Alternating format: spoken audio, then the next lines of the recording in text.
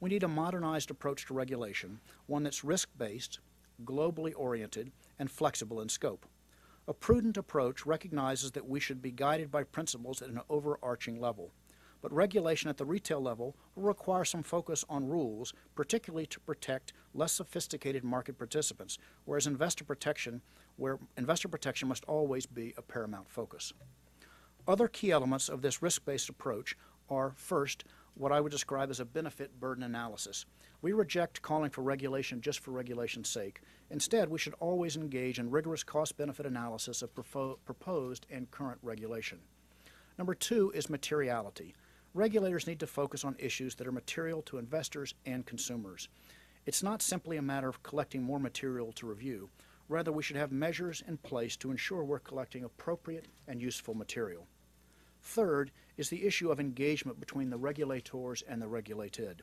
We need to facilitate a move for constructive dialogue between regulators and the entities that they regulate. There should be a clear process for business to engage with their regulators when they have questions or need clarification. In short, the modernized regulatory regime we seek should, in the words of Chairman Bernanke, be, quote, principles-based, risk-focused, and consistently applied, unquote.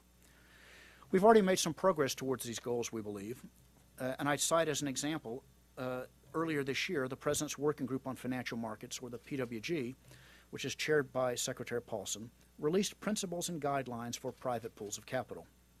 Private pools of capital, which include hedge funds, private equity, and venture capital, exemplify the creativity and innovation that have helped make our financial markets the strongest in the world.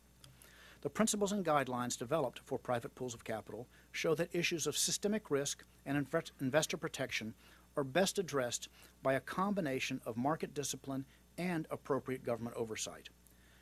We believe they put forth a forward-looking, principle-based framework specifically designed to possess the flexibility to deal with global and dynamic nature of modern capital markets.